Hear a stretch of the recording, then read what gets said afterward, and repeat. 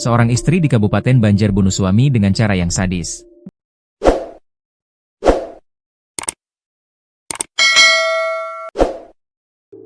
FT, 28, yang tepatnya tinggal di Dusun Oman, Desa Paramasan Atas, Kecamatan Paramasan, Kabupaten Banjar, Kalimantan Selatan, Kalsel, memenggal tangan dan kepala suaminya.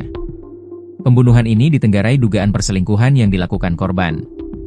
Korban inisial ditemukan tak bernyawa dengan kepala terpenggal pada Rabu, 16 Juli 2025. Mirisnya, FT dan baru 1 bulan menikah. FT sendiri berstatus seorang ibu anak 2 dari suami terdahulu.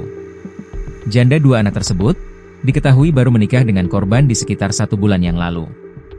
Namun biduk rumah tangga keduanya itu sering diwarnai percekcokan hingga KDRT. Korban cemburu dan sakit hati ke kakak iparnya.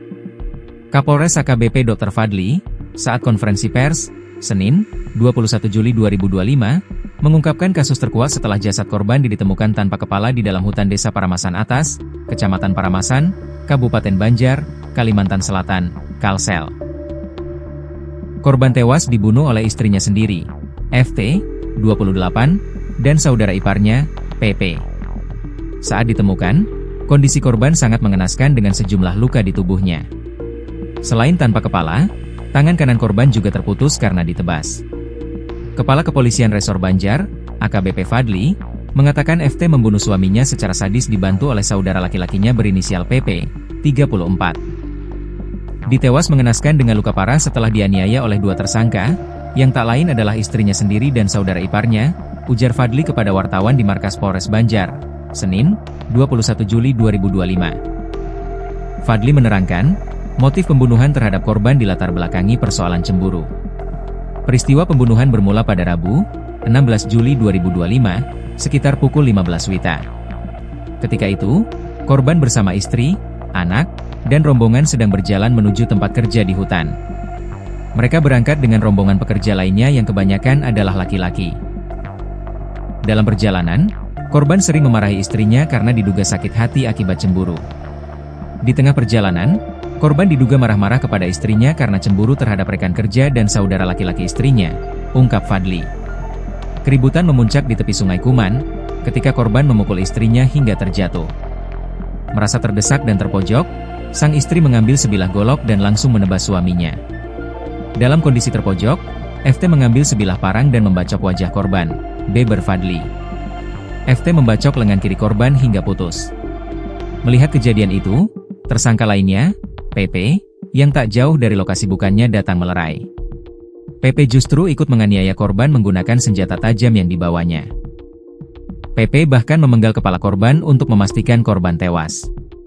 Tersangka PP ikut campur dengan mencabut parang dan belati yang dibawanya, lalu menyerang korban hingga tersungkur, tambah Fadli.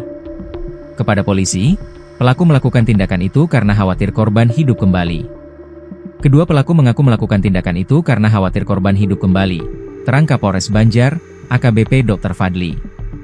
Kasus pembunuhan sadis ini kemudian dengan cepat tersebar. Petugas gabungan dari Polres Banjar dan Polda Kalsel bergegas ke lokasi untuk menangkap kedua tersangka. Kedua tersangka berhasil diamankan tanpa perlawanan.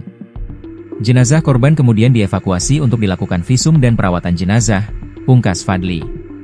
Pada kasus pembunuhan sadis oleh istri terhadap suami di hutan dekat aliran Sungai Kuman, Dusun Oman, Desa Paramasan Atas, Kecamatan Paramasan, Kabupaten Banjar, terungkap pula adanya cekcok antara istri, FT, dan suami, D. Selain ada pemukulan kepada istri dari korban, ketika cekcok, juga ada perlakuan atau tindak kekerasan kepada anak pelaku, membuang anak ke sungai. Benar, ada hal itu, terang Kapolres Banjar, AKBP Dr. Fadli saat konferensi pers di Aula SAR, Mapolres Banjar, Senin, 21 Juli 2025. Karena baru menikah, warga di Paramasan belum begitu kenal dengan korban yang diketahui meninggal dengan sadis tersebut. Karena perbuatannya, keduanya dijerat dengan pasal 338 subsidiar pasal 170 ayat 2 dan ketiga KUHP dengan ancaman kurungan maksimal 14 tahun penjara.